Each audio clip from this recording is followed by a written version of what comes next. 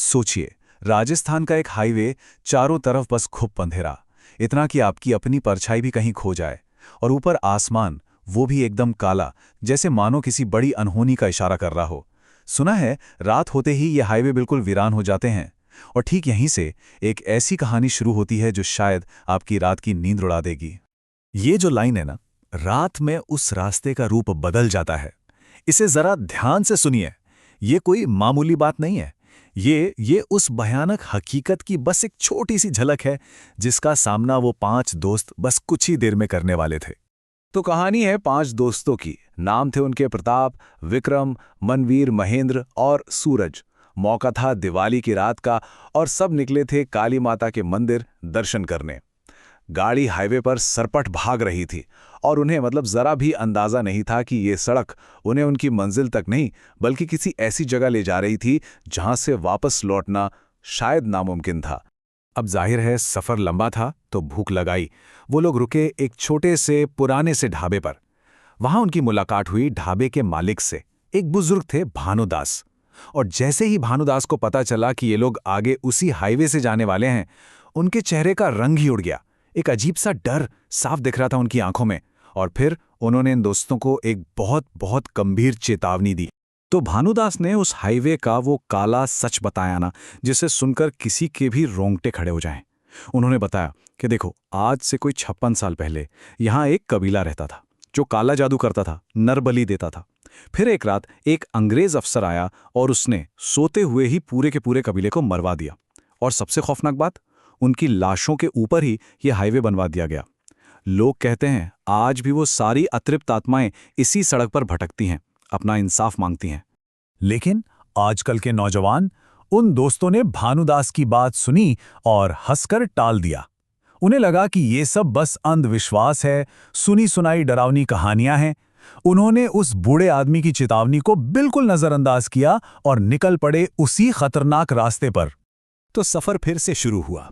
और जानते हैं क्या, ज्यादा देर नहीं लगी भानुदास के डर को हकीकत बनते हुए। अचानक बीच सड़क पर उनकी गाड़ी बंद पड़ गई। अब विक्रम गाड़ी से उतरकर जरा झाड़ियों की तरफ गया ही था कि बस कुछ ही पल में वो पागलों की तरह चीखता हुआ वापस भागा। उसकी आंखों में जो खौफ था ना, बाकी दोस्त उसे देखकर भी समझ नहीं पा रहे थे कि आखिर हुआ क्या है। तो विक्रम और सूरज ने जो चीज देखी, वो किसी के भी होश उड़ाने के लिए काफी थी। एकदम भूतिया सफेद चमड़ी, अजीब सा चेहरा, खरगोश की तरह तिकोने कान और आंखें ऐसी जैसे लाल अंगारे जल रहे हों। एक भयानक जीव। खैर, बाकी दोस्तों ने तो इसे उनका वहम कहकर टाल दिया, पर उन्हें क्या पता था कि ये तो बस शुरुआत थी। खैर, गाड़ी जैसे तैसे फिर चल पड़ी।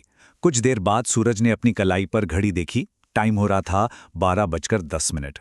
अब अजीब बात यह हुई कि करीब करीब 1 घंटा बीत गया होगा और उसने अपने दोस्त मनवीर के फोन में टाइम चेक किया तो वहां भी 12:10 ही थे। मतलब समय जैसे वहीं पर जम गया था। अब सोचिए जरा, दिमाग में क्या चल रहा होगा उनके कि आखिर समय आगे क्यों नहीं बढ़ रहा था। क्या सबकी घड़ियां और फोन एक साथ खराब हो गए, या फिर वो किसी ऐसे जाल में फंस चुके थे जो इस दुनिया का था ही नहीं। बस इसी एक सवाल ने उनके अंदर का सारा डर बाहर निकाल दिया। अब उन्हें यकीन हो चला था कि वो एक टाइम लूप में कैद हो चुके हैं। और फिर जिसका उन्हें सबसे ज्यादा डर था वही हुआ। ऐसा लगा जैसे उस हाईवे पर साक्षात नरक उतर आया हो। जो कुछ भी अब तक उन्हें सिर्फ एक वहम लग रहा था ना, वो अब उनकी आंखों के ठीक सामने था और बचने का कोई रास्ता नहीं था। प्रताप, जो थोड़ा नशे में था, वो अचानक जोर से चीखा, अरे गाड़ी रोक, उड़ा देगा क्या उन्हें। उसे सड़क पर खून से लथपथ दर्जनों लोग खड़े दिखाई दिए। पहले तो बाकी दोस्तों को कुछ समझ नहीं आया, उन्हें कुछ दिखाई नहीं। लेकिन बस कुछ ही पलों में वो भयानक मंजर उन सब की आंखों के सामने आ गया। गाड़ी की हेडलाइट्स की रोशनी में जो दिखा, वो किसी बुरे से बुरे सपने से भी ज्यादा खौफनाक था। सड़क पर बिना धड़ के शरीर चल रहे थे। हवा में जलती हुई खोपड़ियां तैर रही थीं। धुंध की तरह दिखने वाली पारदर्शी आत्माएं उन्हें घूर रही थीं। और सबसे ज्यादा डरावना, वो बिना सिर वाले धड़ थे जो अपनी ही जलती हुई खोपड़ियों से आग ताप रहे थे। तभी उन्हीं आत्माओं में से एक ने सीधे उनकी तरफ देखा और कहा, अब हम तुम्हें छोड़ेंगे नहीं। उसकी आवाज में जैसे सदियों की नफरत भरी हुई थी।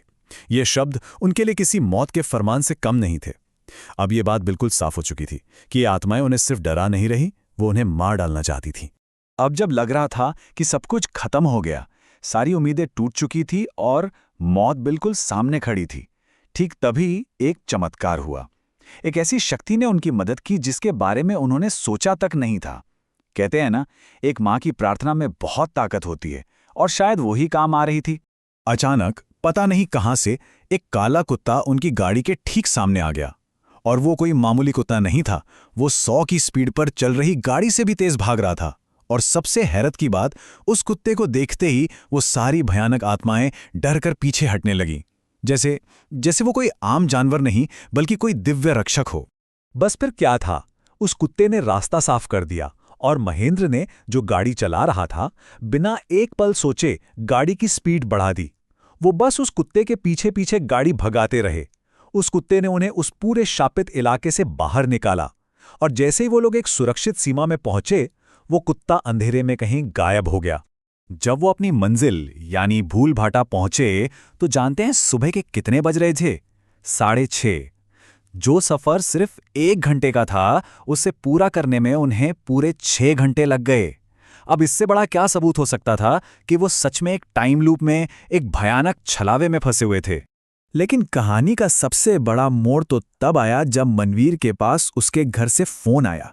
पता चला कि उसकी माँ ने रात में एक सपना देखा था कि वो सब दोस्त किसी बहुत बड़ी मुसीबत में है, और वो फौरन उन्हें बचाने के लिए देवी काली की प्रार्थना करने बैठ गई थी। अब सब समझ आ रहा था, वो काला कुत्ता कोई और नहीं बल्कि उनकी माँ की उस सच्ची प्रार्थना का ही जवाब था।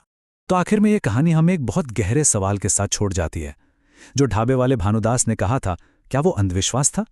और जो मनवीर की माँ ने किया, क्या वो आस्था थी? अंधविश्वास और आस्था में आखिर फर्क क्या है? खैर, उस एक रात के सफर ने विज्ञान और विश्वास के बीच की जो पतली सी लकीर होती है ना, उसे हमेशा के लिए धुंधला कर दिया था।